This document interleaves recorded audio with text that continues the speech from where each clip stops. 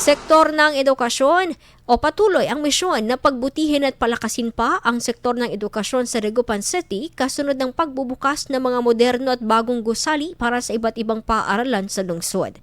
Ngayong Desyembre, binuksan ng pamahalang panglungsod ang 3 palapag na bagong library building sa Dagupan City National High School bilang suporta sa paghasa sa kakayahan ng mga mag-aaral. Bukod dito, nauna na rin ang pinasinayaan ng tanggapan ng ilang palapag din na gusali sa mga mababang paaralan sa Barangay Pantal at Mamalingling. Sa mga naturang aktibidad, binigyang diin ang kahalagahan ng karampatang suporta ng pamahalaan upang patuloy na umabante ang sektor ng edukasyon.